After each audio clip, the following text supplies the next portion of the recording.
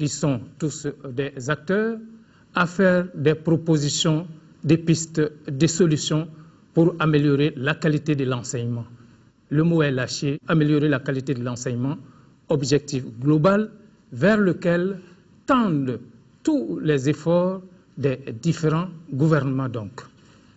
Pour ce faire, j'ai avec moi autour de ces plateaux, à commencer par ma droite, M. Abdoul Baki Maïga, secrétaire général de la coalition des organisations de la société civile pour l'éducation pour tous au Mali, EPT Mali. À ma gauche maintenant, nous avons M. Maouloud Ben Katra. Il est chargé de l'éducation et de la formation au syndicat national de l'éducation et de la culture, le SNEC. Et au bout de la table, nous avons M. Famoro Keita. Famoro Keita est chargé des politiques éducatives à la coalition EPT, la coalition éducation pour tous au Mali. Alors, messieurs, merci pour votre disponibilité, mais avant d'en venir à vous, je vous invite à suivre d'abord le sketch introductif.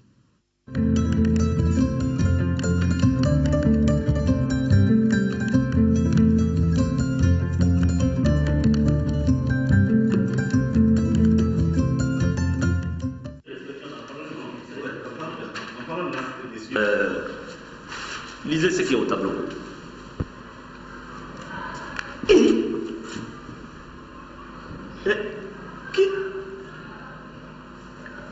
Qui a écrit ça au tableau? Qui ça peut être? Ce n'est que le maître de la classe.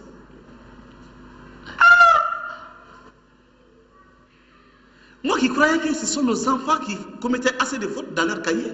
C'est vrai, mais ce n'est pas tout le cas, hein? Ça, c'est vraiment le comble. Mais comment peut-on avoir un bon niveau avec une situation pareille? Voyez-vous, doyen, ça c'est l'une des raisons du faible niveau actuel de nos enfants. Je comprends maintenant que pourquoi même au lycée nos enfants sont si faibles. Doyen, même à l'université, vous ne pouvez pas tenir une simple conversation en français avec les universitaires. Et voilà. Il m'est arrivé souvent de lire certaines demandes d'emploi de nos diplômés des facultés. Vraiment, je t'assure qu'à la simple lecture, on n'a plus envie de les embaucher. Tellement qu'il y a des fautes. Je t'assure. Oh, mais, doyen, d'après vous, qu'est-ce qui peut expliquer une telle situation? Bon, à mon humble avis, je crois que ça c'est un problème de manque de suivi, tant de la part des autorités que de nous, les parents d'élèves. Est-ce que vous faites allusion aux conditions dans lesquelles les enseignants travaillent aujourd'hui? Par exemple, vous parlez des autorités? Bon, les conditions, oui, mais il ne s'agit pas seulement des conditions pécuniaires. En parlant de suivi, il s'agit de l'inspection de l'enseignement, par exemple. Vous voulez dire que l'inspection ne fait pas son travail? Bon, je crois que même si elle fait son travail, c'est pour le point insuffisant. Parce qu'actuellement, les jeunes enseignants ne sont pas sérieusement inspectés, et partout. Ça c'est vrai. Sinon, des pareilles insuffisances auraient pu être évitées. Non, mais je crois que la balle est dans le camp de tout un chacun. Autorités, enseignants, parents d'élèves, nous devons, et nous avons le devoir vraiment, de nous remettre en cause. Franchement. Merci beaucoup, doyen. Oh, pas de quoi. Merci vraiment. Pas de quoi. Où allons-nous ça? C'est pas possible.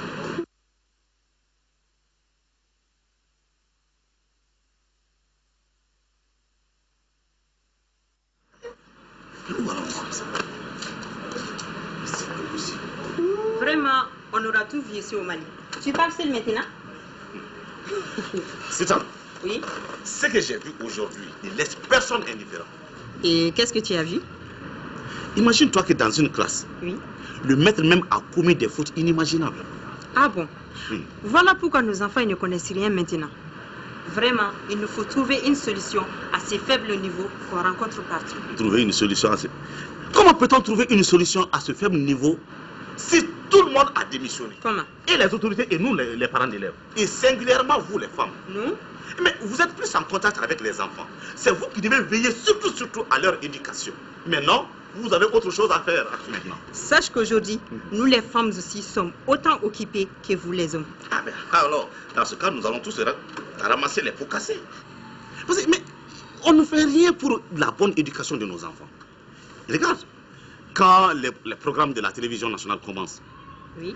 Et les parents, et les enfants, tout le monde oublie et on se rue sur les écrans. Les enfants oublient leur cahier, les parents oublient l'encadrement des enfants.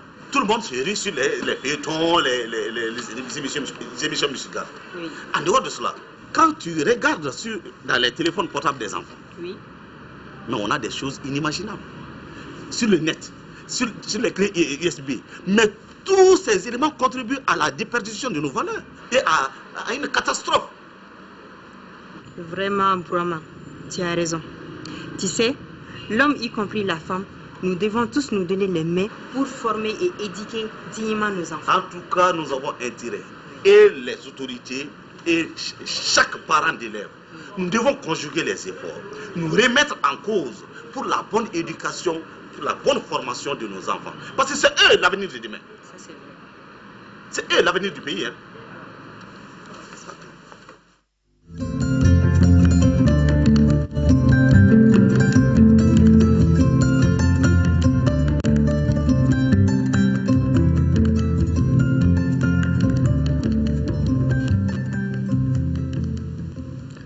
Monsieur Maouloud Ben Katra, je crois qu'en tant que représentant du SNEC autour de la table, vous êtes particulièrement interpellé. Nous sommes tous interpellés, hein, mais vous êtes particulièrement interpellé puisque c'est un enseignant, c'est suite à des erreurs d'un enseignant que toute cette discussion est venue. Mais ce n'est que quelques-unes des tares de notre école. Alors, j'allais vous demander vos impressions, mais après vos impressions, qu'est-ce qu'il faut faire pour améliorer la qualité de l'enseignement? C'est le sujet aujourd'hui. Merci bien, Niaza. Je ne suis pas surpris. Je voudrais tout simplement dire que c'est un mal qui est profond. Et à voir le sketch, on a l'impression que c'est l'enseignant qui est fautif. Alors, comme vous l'avez dit, l'enseignant n'est qu'un élément de ce problème profond que traverse notre système éducatif d'une façon générale et qui concourt vers la qualité des enseignements.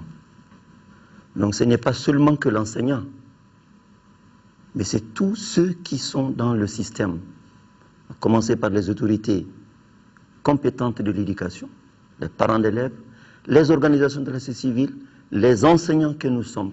Donc c'est un ensemble. Donc c'est un problème profond, c'est une triste réalité que traverse aujourd'hui notre pays.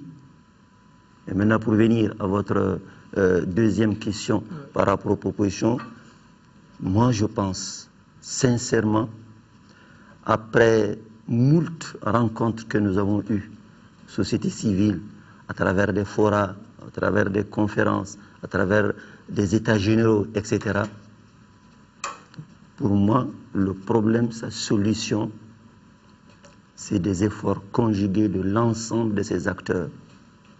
D'abord, l'enseignant qu'on recrute, sur quelle base on le recrute? Il y a quelqu'un qui le recrute. Sur quelle base on le recrute?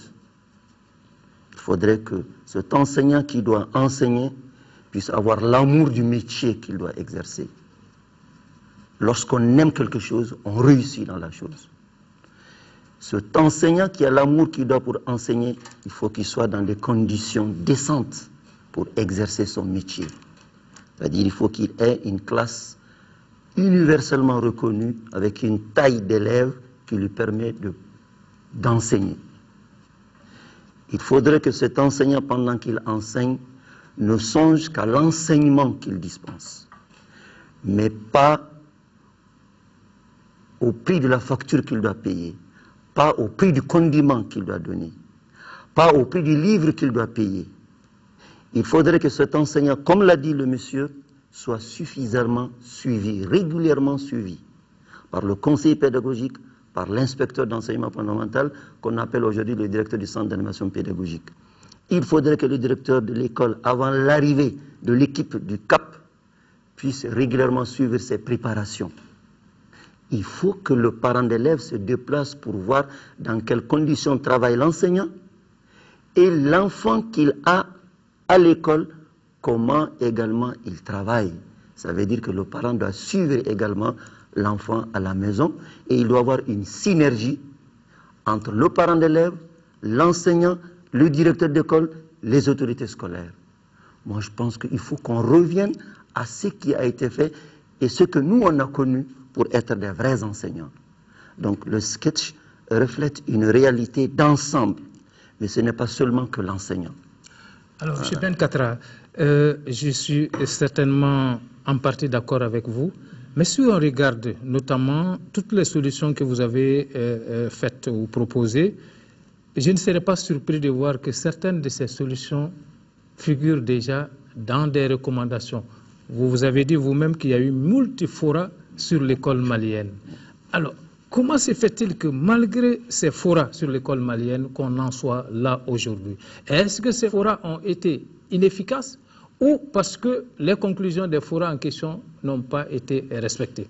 Les recommandations de ce fora, les autorités scolaires, politiques de notre pays ne prennent, à notre avis en tant que syndicalistes, que tous les aspects relatifs à la création des centres d'animation pédagogique, mais on oublie les recommandations fortes par rapport à la formation continue des enseignants.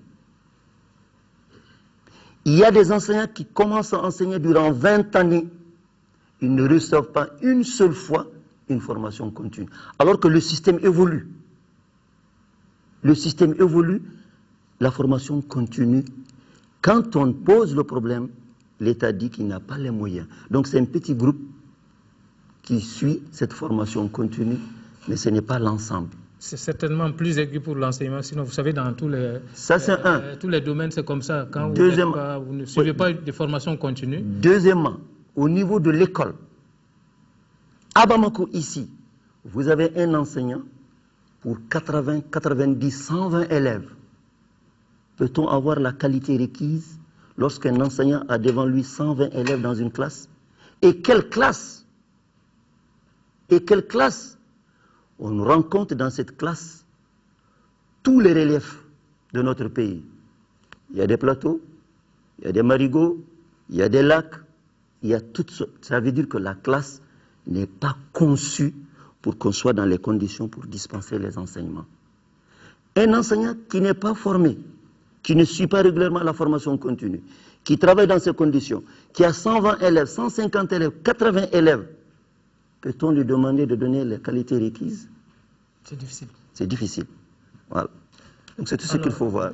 Monsieur Maïga, voilà.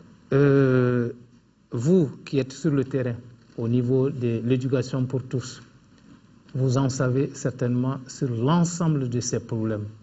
Alors comment expliquez-vous qu'on en soit, comme je le disais tantôt, qu'on en soit là aujourd'hui malgré les forats et leurs recommandations?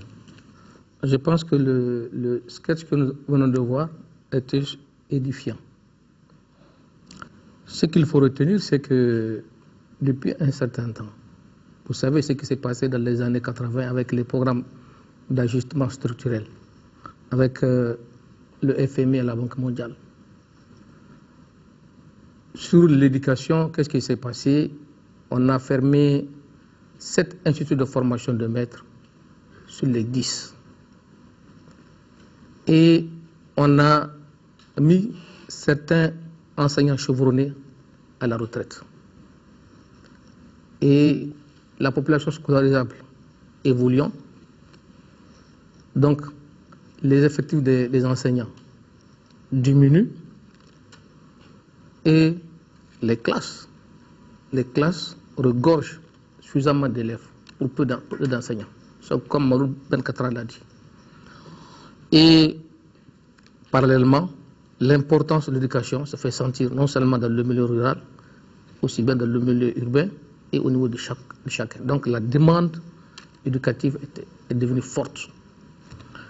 Et ce qui a conduit le gouvernement à développer certaines innovations au niveau de l'enseignement. Et aujourd'hui, vous savez qu'au niveau de l'école, Malgré ces innovations, on se retrouve à un résultat, à un niveau non satisfaisant. À un niveau non satisfaisant. Parce qu'au niveau de, comme on l'a vu dans le sketch, au niveau de la classe, aujourd'hui, on a 3 catégories d'enseignants.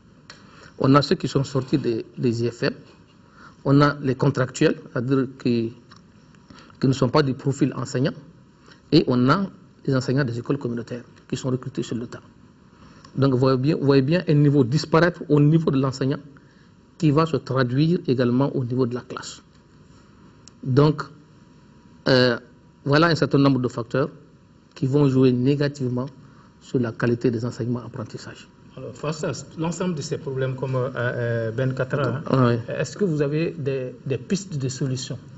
Si, on peut aller dans certaines pistes qu'on a déjà élaborées. La première piste, comme Maud l'a dit tout à l'heure, il faut jouer sur la formation initiale. Il faut que celui qui enseigne, qu'il soit sorti des instituts de formation des maîtres. Ça, et la formation initiale. Aujourd'hui, les programmes des instituts de formation des maîtres, aujourd'hui, il faut les revoir pour qu'ils tiennent en compte les multiples innovations pédagogiques que les enseignants sont contraints d'appliquer en classe et sur lesquels ils n'étaient pas formés. Donc, il faut revoir les programmes de formation initiale pour tenir compte des besoins des enseignants dans leur pratique quotidienne de classe. Ensuite, ceux qui sont déjà dans la classe, il faut revoir le document de formation continue pour qu'on tienne compte également de ces besoins. Donc, il faut jouer sur la formation initiale et également sur la formation continue pour améliorer le niveau des enseignants.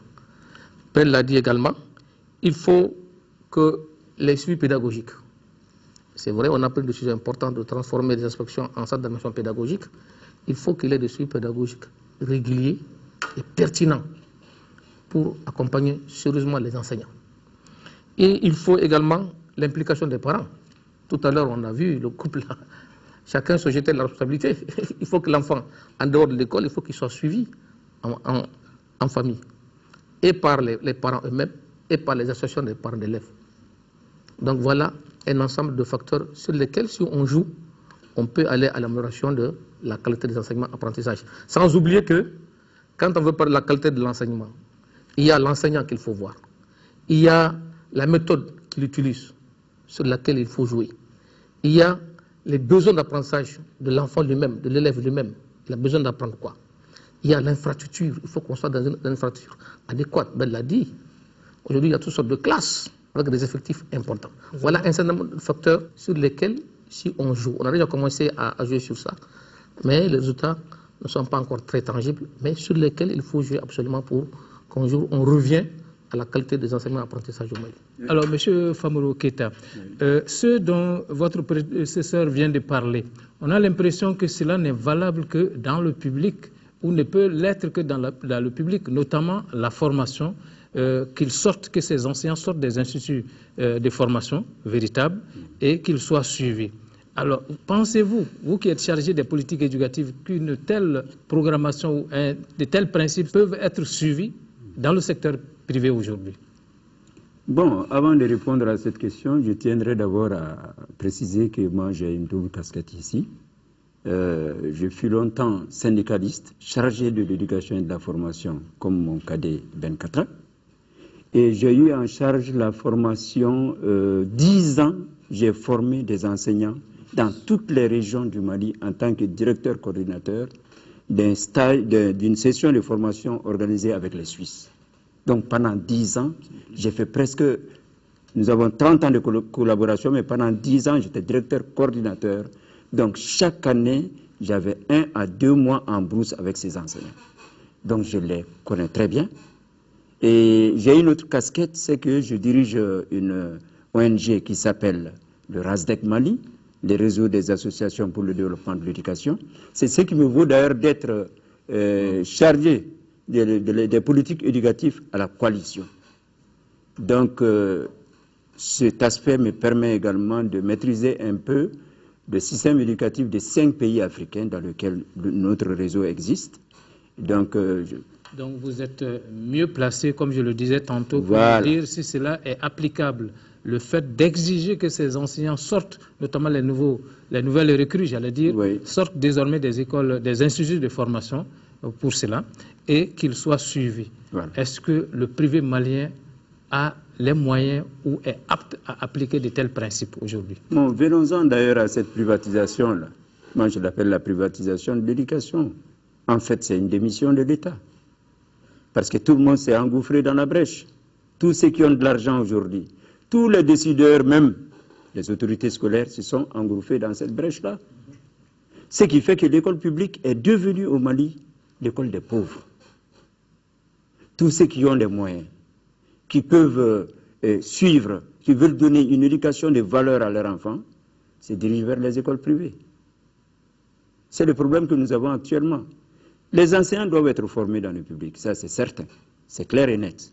Il faut une formation initiale de base assez solide et il faut la formation continue des enseignants. Heureusement que le SNEC a toujours maîtrisé cet aspect-là. On est toujours venu en appoint au gouvernement pour former les enseignants du Mali. Alors si tu veux compter le nombre d'enseignants qu'on a formés au Mali, je peux aller à 12 000, ce qu'on a recensé. Depuis l'année 82. Depuis 82, on a commencé et jusqu'à l'année 2012. On est en train de former les enseignants. Et nous suivons ces enseignants après la formation. Parce que, en général, comme il a dit l'inspecteur, celui qui a passé, c'est maintenant le directeur des centres d'animation pédagogique, sont chargés de suivi, mais souvent ils n'ont même pas de moyens pour mettre à disposition des conseillers pédagogiques pour aller suivre les maîtres. C'est grâce à nos stages, quand nous venons, on met des moyens à la disposition du CAP et nous allons avec les conseillers suivre les maîtres dans les classes. Parce que sans suivi, une session de formation ne rime à rien. Alors, quand on revient aux écoles privées, vous voyez, dans ce monde-là, c'est un melting pot, ça veut dire qu'il y a tout le monde là-dedans. Il y a tout le monde là-dedans. Il va falloir mettre de l'ordre. Qu'est-ce que vous préconisez? Pour mettre de l'ordre, il faut moraliser ce secteur. Malheureusement, actuellement, n'importe qui crée des écoles publiques a son truc de création d'écoles, facilement, parce que ces autorités qui doivent aller vérifier sur le terrain si les conditions sont réunies pour créer cette classe, si les normes sont respectées pour les classes et l'école, souvent se laissent manipuler et on donne la création à celui qui le désire. C'est ce qui arrive, ce qui fait qu'il y a des écoles comme des poulaillers. Il y a d'autres qui ont leur chambre. La nuit, c'est la chambre. Le matin, c'est l'école. La famille juxtapose l'école. On a tout vu. Donc, le secteur n'est pas moralisé. Et les enseignants qui sont dans le secteur, c'est des enseignants pris sur le tas. Ça veut dire que c'est des lettrés, disons, quoi, qui ont eu un petit parcours à l'école. Parce qu'on s'est dit qu'ils coûtent moins cher par rapport aux enseignants formés qui foisonnent, qui sont en train de chômer, ceux qui sont sortis des instituts de formation de maîtres, ne sont pas tous pris par l'État, c'est malheureux. On met des millions pour les former et la moitié en train de se promener ou bien se retrouve dans les écoles privées. Tout juste pour parler un peu du suivi pédagogique. C'est ça. Le conseil pédagogique qui est chargé de suivre les enseignants à l'école, mais il se déplace lui-même à ses moyens, par ses propres moyens. Pour une couverture d'une administration scolaire de la commune 1, par exemple, prenons la commune 1, c'est des centaines et des centaines d'écoles pour le centre d'animation pédagogique de Djilibougou que je connais.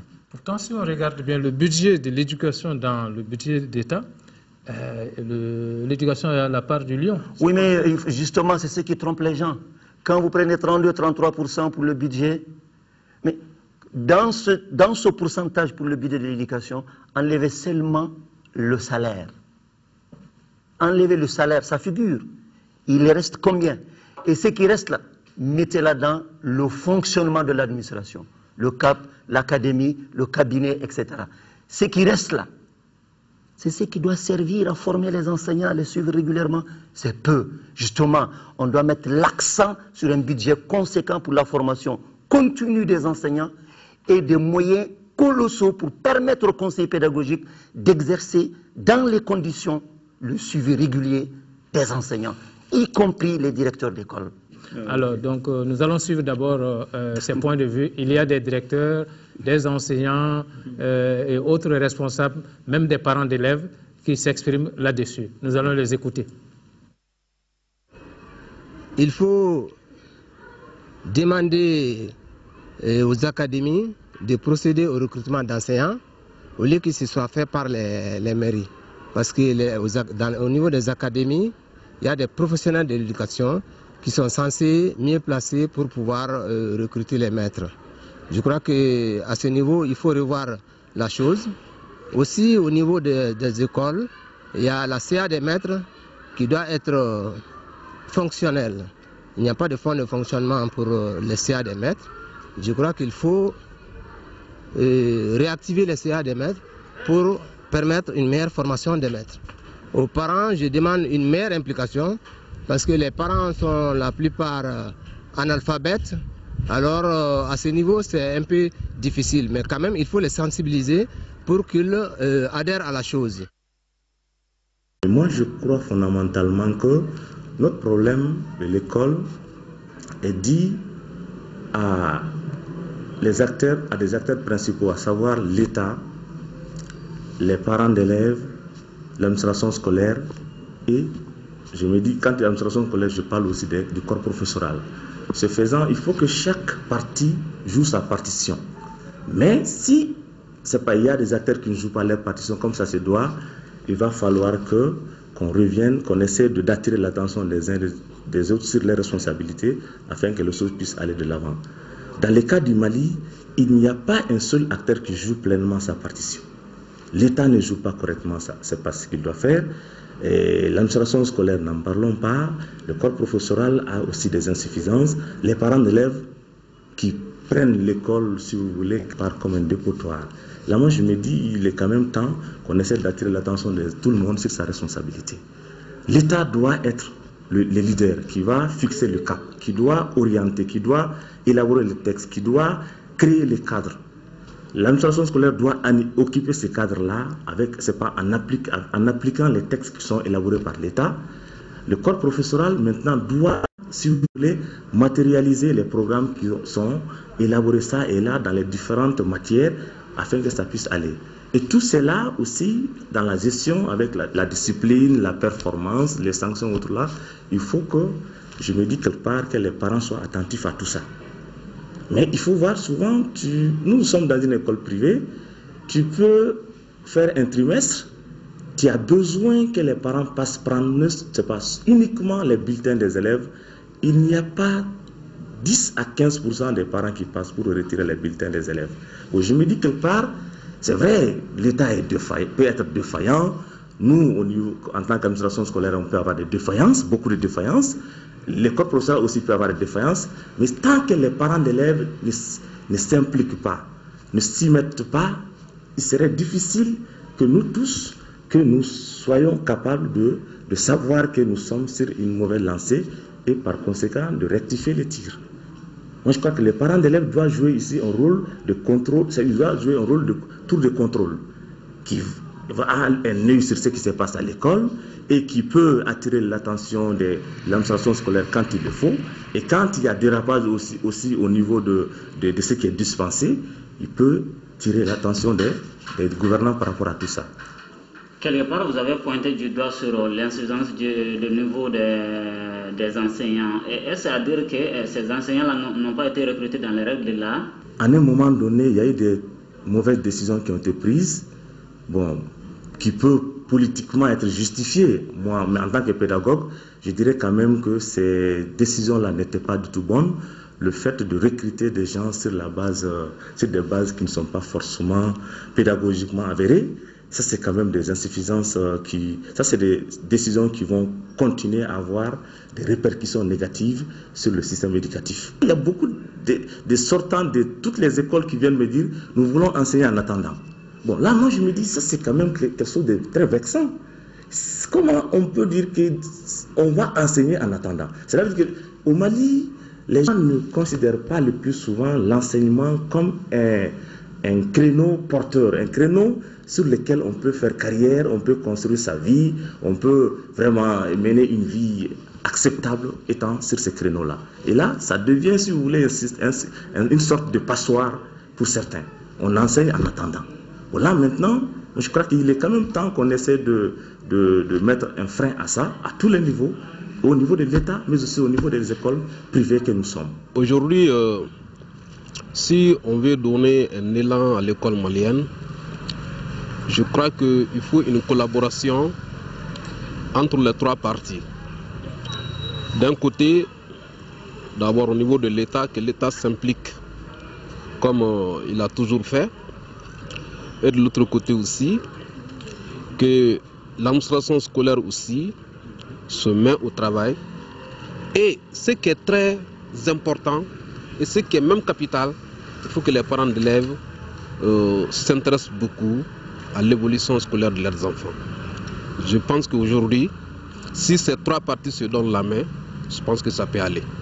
Améliorer la qualité de l'enseignant au Mali, je propose d'abord la création de beaucoup d'écoles de formation, les IFM. Parce qu'on remarque que même à la sortie des IFM, on sort avec un niveau très faible. Maintenant, pour améliorer en ce moment la qualité de l'enseignement, il faut faire beaucoup de formation des enseignants et permettre aussi aux conseillers pédagogiques de faire beaucoup de suivi et évaluation, parce qu'un enseignant, c'est celui qui cherche toujours, il cherche à se perfectionner chaque fois, donc il a besoin de formation, il a besoin d'être suivi et évalué. Donc c'est ce qui permet maintenant de vraiment améliorer la qualité de l'enseignant au Mali. Est-ce que les parents d'élèves ont une part de responsabilité dans cette affaire? Les parents d'élèves ont une très grande part de responsabilité parce que l'enfant est partagé entre ces deux milieux, l'école et la maison. Il vient à l'école, il reçoit les enseignements donnés par les enseignants. Mais arrivé à la maison, il faut qu'il y ait aussi que l'enfant soit suivi par les parents. Mais du jour au jour, on se rend compte que les parents ont entièrement démissionné de l'enseignement des enfants. Pour eux, l'enseignement est laissé à l'école, alors que l'école seule ne peut pas faire. L'école donne l'essentiel, mais les enfants doivent parfaire le reste maintenant à la maison. Mais les parents ont vraiment démissionné de ça. Je propose d'abord la formation continue des enseignants. Il faut que l'enseignant même qui dispense ses cours ait la vocation d'enseigner. Comment améliorer l'enseignement au Mali? La question a été posée à plusieurs reprises. Des réponses y avaient été trouvées et dans les séminaires et dans les forums. Mais les décisions qui ont été prises n'ont pas été exécutées comme il le fallait. Je dirais que l'enseignement aujourd'hui est une épine dans la plante des pieds de tous les Maliens. Parce que quand l'enseignement va à la dérive dans un pays, c'est le pays qui suit. L'enseignement étant le pivot du développement d'un pays, un pays dont l'école ne marchera pas lui-même. Et améliorer l'école. Pour moi, améliorer l'enseignement. La première des choses que je voudrais dire, c'est que, en notre temps, enseigner était un sacerdoce. Enseigner également était une vocation. On n'est pas enseignant pour venir chercher de l'argent. On enseigne aux enfants qu'on doit aimer d'abord. N'est pas enseignant qui le veut. Mais pour enseigner la qualité de l'enseignement, il faut mettre d'abord l'enseignant dans les conditions de vie et de travail. L'élève dans les conditions de travail, de belles classes, de bons livres et de bons maîtres surtout. Actuellement, je le dis haut et fort, dans l'enseignement aujourd'hui, il y a du tout venant. Il y a du tout venant, c'est-à-dire que certains ont fait de ces métiers un métier de gagne-pain. Le sacerdoce n'est plus, le respect de l'autre n'est plus. Ce que je veux, c'est ma solde. La conscience professionnelle est foulée aux pieds. Et je prends un exemple. En mon temps, la récréation à l'école, c'était 15 minutes. Aujourd'hui, elle peut aller à 30 minutes. Et il n'y a pas de contrôle. J'accuse aussi l'administration scolaire, qui ne punit pas. J'accuse aussi les inspections d'enseignement fondamental, qui ne font pas leur travail. Comme on dit, décap.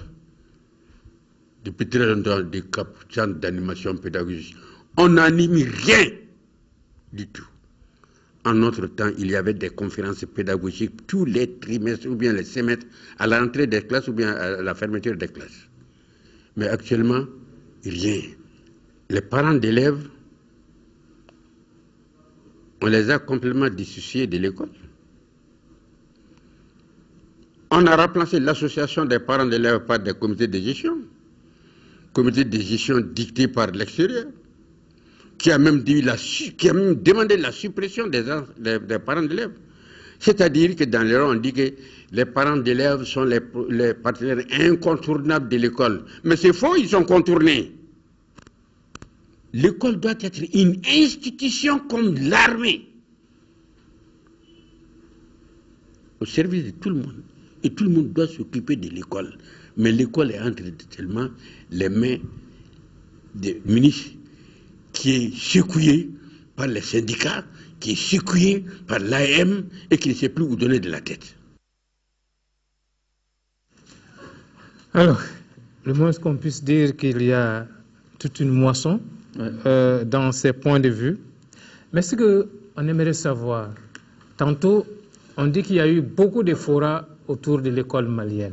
Or, tout ce qu'on vient d'énumérer, il ressort très souvent qu'il faut que tous les acteurs de l'école se donnent la main. Alors, comment allez-vous le faire si on ne fait pas encore un autre forum pour se retrouver, au moins pour se dire les 4 vérités? Monsieur Maïga. Merci, Nyanza. Je crois qu'il n'y a jamais de forum de trop. Et tant qu'on n'arrive pas au résultat, on est obligé de discuter, de parler, de réfléchir davantage. Parce que il faut reconnaître que absolument que la synergie d'action reste entre les principaux acteurs qu'on vient de citer. Que l'État joue pleinement son rôle, que les parents d'élèves jouent le rôle et que les syndicats d'enseignants également jouent le rôle. Et tout cela, l'État doit être l'arbitre. Parce que l'État doit être le garant, en tout cas de cette situation, qu'il ait cette relation dialectique entre l'enseignant, la méthode qu'il utilise, l'infrastructure adéquate, le manuel. Il faut que cette relation reste, et c'est l'État qui doit jouer ce rôle-là. Et ce qu'il faut mettre en œuvre aujourd'hui, il faut qu'on aille à la création d'une formation des centres de formation des maîtres. Parce que ceux qui enseignent aujourd'hui dans les instituts de formation des maîtres, ils ne sortent pas des écoles de formation de maîtres. C'est vrai, c'est des universitaires pour la plupart qui viennent, mais ils ont des problèmes de pédagogie, ils ont des problèmes de didactique. Donc il faut que l'État pense à mettre en place les écoles de formation de maîtres. Voilà, comme cela a été dit et redit. Alors, il se trouve que certains sont déjà dans les établissements. Qu'est-ce qu'il faut faire pour les récupérer, ne serait-ce que? Pour les récupérer, il faut que l'État joue son rôle, qu'ils aient une bonne formation, ceux qui sont dans les instituts de formation, qu'ils aient une bonne formation, et ceux qui sont déjà dans les classes, qu'il ait un suivi régulier et pertinent, comme je l'ai dit au départ. Parce qu'il y a beaucoup d'innovations qu'ils appliquent et auxquelles ils n'étaient pas initiés. Donc il faut qu'il ait cette relation de continuité dans la classe. Que la formation initiale elle soit revue pour prendre en compte les besoins et que la formation continue elle soit pertinente et elle soit le suivi pédagogique que les enseignants mènent. Que ce suivi pédagogique soit régulier, pertinent et que tous les enseignants puissent bénéficier de ce suivi pédagogique pour les renforcer. Alors, M. Ben Katra, ce que M. Maïga venait de dire, c'est bien beau, hein? Mais quand on se rend compte que tous les forats qu'il y a eu jusque-là, ça n'a pas eu les effets escomptés. Sur quoi on peut espérer pour dire que ce forum qui est nécessaire, sinon j'allais dire indispensable, qu'on puisse respecter ses conclusions? Mais écoute, Nyanza, moi je m'empressais même de répondre à Baki. Moi je ne suis pas pour de refaire encore un autre forum. Mais le dernier forum sur l'éducation a posé les véritables jalons.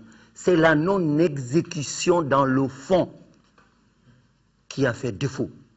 Du dernier forum à aujourd'hui, on s'est empressé de créer des directions nationales de l'enseignement fondamental, des directions nationales de la pédagogie, des directions nationales pour nommer et mettre beaucoup dans l'administration scolaire. Mais ce qu'on a dépensé pour la création de ces administrations scolaires, on aurait dû le faire pour la formation continue des enseignants. Ça peut être une des solutions. Je ne suis pas pour le principe d'aller à un autre forum, mais plutôt à l'exécution rigoureuse des dernières recommandations du dernier forum de l'enseignement supérieur à la maternelle. Ceci dit, par rapport à la réaction, tout de suite, de ceux qui viennent de parler là, l'école, on ne peut pas dire que ça doit être une institution, mais pour moi, l'école est déjà une institution. Mais une institution qu'il faudrait respecter. Et la respecter veut dire quoi? Qu'il faudrait que l'État, on n'a pas besoin de dire à l'État de jouer son rôle. L'État ne joue pas son rôle. Justement, on dit que l'État doit cadrer. On dit que l'État... mais l'État est le leader. L'État a les textes qu'il faut pour l'exécution de sa mission. Mais justement, c'est la mise en œuvre de cette mission qui fait défaut. Prenez l'exemple d'un suivi d'un conseil pédagogique. Mais il n'est présent qu'à l'école publique. Mais il y a plus d'écoles privées que d'écoles publiques. Mais le conseil pédagogique n'est présent que dans l'école publique. Et l'autre problème qu'on est en train d'avoir aujourd'hui, c'est que beaucoup sont en train de quitter l'école publique pour revenir à l'école publique. L'école privée pour l'école publique. Parce que ceux qui enseignent ne sont pas sortis d'école de formation, ils sont nombreux, il l'a dit Famoro Keïta. Mais il est rare les conseils pédagogiques qui passent dans les écoles privées pour voir comment ça travaille. Pour voir comment l'infrastructure travaille. Pour savoir qui est le directeur d'école. Est-ce que c'est spécialiste de l'école ou pas? Mais qui doit faire ça? C'est l'État. Il faut que l'État joue son rôle, pleinement son rôle. Mais justement à ce niveau, l'État, on est tenté de dire l'État, c'est vous, c'est moi, c'est nous. Mais il se trouve par ailleurs que généralement, ce sont les enseignants, des enseignants qui sont les ministres. Les conseillers sont constitués d'enseignants. On a du mal à comprendre qu'on puisse prendre des décisions sans vouloir les exécuter et que les enseignants aussi, on a l'impression, ne mettent pas le haut là. Voilà. Vraiment, là, je réponds avant que vous nous donniez la parole. C'est-à-dire, moi, je suis syndicaliste, par exemple. Moi, je suis du syndicat national de l'éducation et de la culture, je joue mon rôle en tant que syndicaliste pour l'amélioration des conditions de vie et de travail des enseignants. Mais je joue un autre rôle, c'est faire des propositions pour le partenaire qu'est l'État, surtout le ministère de l'Éducation nationale. Mais nous, notre syndicat fait ces propositions. Mais on voit en moi le syndicaliste qui revendique beaucoup plus que celui qui fait des propositions pour aller vers cette amélioration. Sinon, mais à chaque fois, nous rappelons, par rapport au forum qui s'est tenu, les recommandations très fortes qui ont été prises. C'est malheureux, comme vous l'avez dit. Ce sont ces ministres qui sont des enseignants qui étaient en train d'enseigner, qui deviennent ministres. Mais c'est justement à leur apogée que l'école bascule. C'est malheureux, mais c'est comme ça. C'est un constat. Monsieur Keïta, en ce qui vous concerne, vous êtes des partenaires de l'école, du secteur public, et de l'école, j'allais dire, partenaires privilégiés même. Mais il y a un autre aspect. Il venait de dire, votre prédécesseur, que le Forum national sur l'éducation a fait beaucoup de propositions et qui pouvaient prendre en compte les préoccupations, la plupart des préoccupations que nous évoquons aujourd'hui. Mais il se trouve que ce forum, si mes souvenirs sont exacts, avait mis en place, ce qui a manqué aux autres forums, un organe de suivi des conclusions. Alors, est-ce que cet organe a fonctionné ou pas? Malheureusement, c'est là où le bas blesse. C'est que cet organe n'a pas fonctionné. Moi, je crois que après avoir fait des recommandations, en principe, cette commission se devait de faire de temps en temps l'état des lieux, de faire le suivi et de faire un état des lieux pour qu'on voit la progression d'exécution des recommandations qui ont été faites. Mais malheureusement, chez nous, c'est là où le bas blesse, comme je l'ai dit, il n'y a pas de suivi régulier et il n'y a pas de suivi constant. Ce qui fait qu'on revient toujours à la case de départ. Je disais, je reviens sur ce que Baki a dit, on fera toujours des forums. On ne peut pas s'arrêter. Tant qu'on ne trouvera pas la solution, tant qu'on ne trouvera pas une porte de sortie pour l'éducation au Mali, on va toujours se réunir et débattre. Ça, on est face à des réalités qui sont là. Faire une évaluation. Mais il y a un aspect que je vais renvoyer à Ben Katra avant d'en venir à vous. Il y a aussi que peut-être que vous manquez de communication au niveau du SNEC, du syndicat. Quand je dis le SNEC, je mets dans le même panier les syndicats, l'ensemble des syndicats d'enseignement ou des enseignants. En ce sens que la population perçoit de vous des gens qui revendiquent seulement pour leur mieux-être. Si vous posez le haut-là pour quelque chose qui va dans l'intérêt de tout le monde et qu'on le perçoit, j'ai du mal à comprendre qu'on ne vous suive pas. Non, peut-être que ceux-là qui sont chargés de faire passer notre communication, c'est malheureusement l'Office de radio-télévision du Mali. Mais on sait aussi quelle stratégie on a ici pour que ce que l'on dit ne puisse pas faire mal à l'administration scolaire. Sinon, tout dernièrement, il y a 2 mois, nous avons tenu une conférence de presse pour réagir à ce que le ministre a dit par rapport aux derniers examens. Il parle de la catastrophe. Par rapport aux examens, il le met sur le dos des enseignants. Nous avons tenu une conférence de presse, pas pour dire que nous ne sommes pas d'accord avec le ministre comme ça, parce que sa tête ne nous plaît pas, mais c'est pour faire des propositions, pour montrer que justement, si ça ne va pas dans les résultats des examens, c'est parce que quelque part ça n'a pas marché, et pour tous les acteurs, les enseignants, les élèves, les parents d'élèves et l'administration scolaire. Mais ça a passé inaperçu. Le seul créneau que nous avons, les conférences de presse, nous n'avons... Je peux vous garantir que si la conférence de presse ne prend pas en compte vos préoccupations, qu'est-ce qui vous empêche de demander une table ronde contradictoire avec les autorités? Nous allons nous exécuter. Je pense qu'il est même très urgent pour vous, l'Office de radio-télévision du Mali, pour constituer, pour être une solution justement aux problèmes que traverse l'éducation aujourd'hui, d'œuvrer pour vraiment à des débats contradictoires entre tous les acteurs. Je pense qu'en le faisant là, chacun va être interpellé par rapport à sa mission. Voilà. Nous sommes comme vous, nous essayons de nous améliorer. Nous essayons de nous améliorer depuis un certain temps. Je crois que les choses changent au mieux. Ah, oui, vous avez quelque chose? Sur un aspect de la qualité de l'éducation au Mali, c'est un aspect qu'on semble un peu, que tout le monde connaît, mais qu'on semble souvent ignorer, quoi. C'est l'aspect des innovations pédagogiques. Le problème dans notre pays, c'est ce qui joue surtout sur la qualité des innovations. Quand une innovation vient, elle vient avec les moyens des partenaires, en général. C'est les partenaires qui nous amènent les innovations. On joue le rôle de cobaye. Quand l'innovation vient, ça vient avec des sous, des gros sous. On commence à expérimenter. Et une fois qu'on expérimente, quand ces sous tarissent, l'innovation dégringole. Nous sommes à plus de 15 innovations dans l'éducation. À plus de 15. Mais aucune innovation n'est allée jusqu'à sa fin. Et la chose la plus grave, c'est la dernière innovation qu'on a sous la main. C'est-à-dire l'introduction des langues, concomitamment avec le français, dans l'enseignement. Une innovation qui a été mal préparée, qui est en train d'être mal appliquée. Tout le monde le sait, j'en veux aux parents d'élèves. Tout le monde le sait. Pourquoi maintenant tous les parents d'élèves ont leurs enfants dans les écoles privées? Parce que de l'autre côté, il y a l'enseignement des langues. Or, si l'enfant commence dans sa langue, tout le monde sait qu'il va plus vite et que c'est mieux. Mais c'est mal appliqué. Des enseignants qui ne sont pas locuteurs de la langue, des enseignants qui n'ont pas été formés pendant longtemps, et c'est devenu la cacophonie.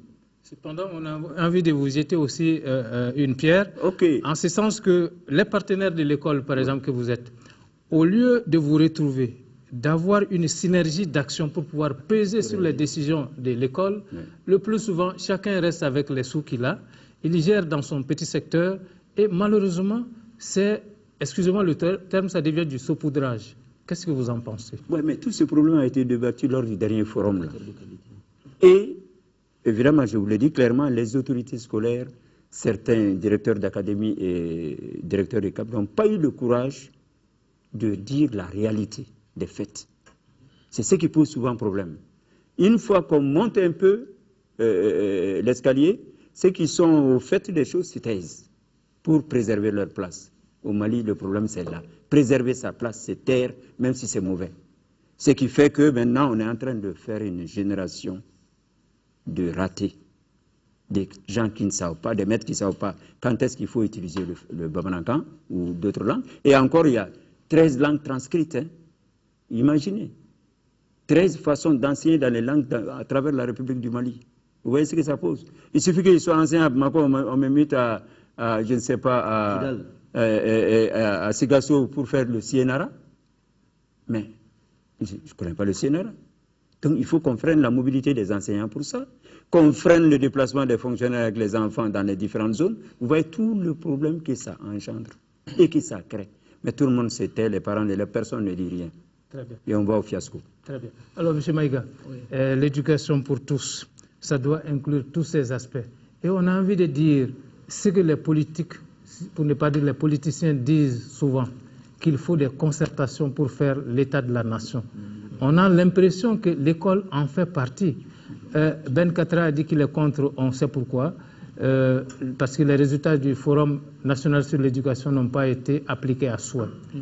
Soit, mais si on devait avoir un forum, un autre forum, peut-être qui peut être nécessaire pour se dire la vérité, pour partir de bons pieds, qu'est-ce que vous proposez pour ces forums? Ou en tout cas, qu'est-ce que vous proposez?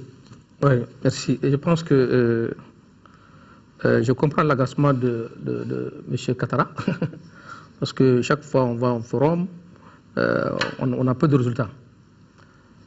Je l'ai dit que tant que le système ne donne pas satisfaction, il faut que les différents partenaires s'asseyent et discutent. Et aujourd'hui, ce qui est urgent dans l'immédiat, c'est qu'on est sorti du forum depuis sur l'éducation en 2008, et aujourd'hui on est en 2013. Il est nécessaire qu'on s'asseye et qu'on évalue les propositions. Il faut qu'on évalue. L'autre aspect, il y a quand même un débat important que nous sommes en train de faire avec l'éducation chaque fois, l'utilisation des langues nationales dans l'enseignement. Tout le monde est d'accord sur le principe que l'utilisation des langues nationales dans l'enseignement contribue à améliorer la qualité des apprentissages. Mais ce que nous disons, on n'est pas obligé d'aller avec 13 langues nationales aujourd'hui. On peut cibler une ou deux langues et aller dans ça en attendant. Et le curriculum sur lequel nous sommes d'accord, qui est une innovation majeure aujourd'hui. Aujourd'hui, on est dans une école à deux vitesses. Il y a des écoles à curriculum, il y a des écoles classiques, sans parler des écoles privées, on ne peut pas les situer. Il faut aujourd'hui qu'il y ait une volonté politique majeure pour dire qu'on va aller à la génération du curriculum. Et tout le monde va se mettre là-dedans, avec les moyens, et on va aller forcément à la qualité des apprentissages. Peut-être que l'évaluation sur le principe duquel vous êtes d'accord tous, peut-être ça permettra de faire cela. Mais en attendant, nous allons faire un dernier tour de table, en commençant par vous. Moi, je pense que c'est cela. Il est indéniable que la qualité des apprentissages au Mali est non satisfaisante. Ça, on le reconnaît. Et qu'il est indéniable aussi que cette situation ne peut pas continuer. Il faut qu'il y ait cette synergie de tous les acteurs pour qu'on aille en avant. Mais il faut, pour tout cela, une volonté politique. Et cette volonté politique va aller dans ce sens-là. Très bien. Moi, je peux, pour le prochain président du Mali, s'il veut réussir, pour moi, l'éducation doit être un challenge pour lui, comme l'organisation de la Coupe d'Afrique des Nations a été un challenge pour l'ancien président du point de vue de sa réussite. Ce qui est sûr, c'est que la qualité des enseignements aujourd'hui, c'est une réalité dans le cadre de ces insuffisances. Ce qui est sûr, c'est que nous avons tout ce qu'il faut. Ce n'est pas des textes qui manquent. Ce qui est sûr, c'est que nous avons des ressources humaines avérées. Mais la volonté politique pour aller vers ça manque. Donc il faut cette volonté politique. Donc le prochain président du Mali doit avoir comme l'éducation comme un challenge pour réussir. Parce que si on laisse l'école, si on laisse l'éducation, le Mali n'avancera pas. Il reculera. Merci bien. Alors, M. Keita. Donc, je me joins à ce qu'il vient de dire parce que il faut signaler, nous avons tous privilégié la base de la pyramide dans l'éducation, ça veut dire développer les fondamentales, mais un aspect là, c'est qu'on oublie un peu le secteur médian qui est le second cycle. Ces enseignants qui enseignent au second cycle, c'est-à-dire en 7e, 8e, 9e, ne reçoivent aucune formation. Et là, ça ne va pas. Si même à la base, il y a une toute petite formation que les maîtres du premier cycle reçoivent, mais quand on remonte, il n'y a plus de formation continue. Ça s'arrête. Donc ça pose problème. Sinon, avec la CA des maîtres, les comités d'apprentissage des maîtres, on peut remédier à beaucoup de sessions, on peut faciliter beaucoup de sessions de formation des maîtres. Moi, je voudrais qu'on donne toujours la priorité au recrutement des bons maîtres, des maîtres qualifiés. Pour avoir un enseignement de qualité, il faut des maîtres qualifiés. Ça, je tiens à ça. Si on pouvait le faire, ce serait une bonne chose. Mais il faut également construire beaucoup de classes et des classes en bon état pour éviter les effectifs pléthoriques, pour éviter les doubles vacations et doubles divisions. Et si on tient compte de ces aspects-là, comme il a dit avec celui qui va venir maintenant, peut-être qu'on peut sortir un peu la tête de l'eau, sortir de l'ornière. On le souhaite. Il reste à vous remercier pour toutes les informations que vous avez pu donner et surtout vos cris de cœur et que nous estimons qu'ils pourraient être entendus par qui des droits et surtout aussi, comme tous les acteurs de l'école ont été interpellés, nous souhaitons et nous espérons que tous les acteurs en prendront pour leur part et l'école, tous les acteurs, j'allais dire, viendraient autour de la jarre percée de l'école malienne afin que ça puisse aller au mieux. Merci à ceux qui nous suivent sur leurs petits écrans. Merci à l'équipe technique et on se dit à la prochaine émission de Ça se discute. Merci encore. Au revoir.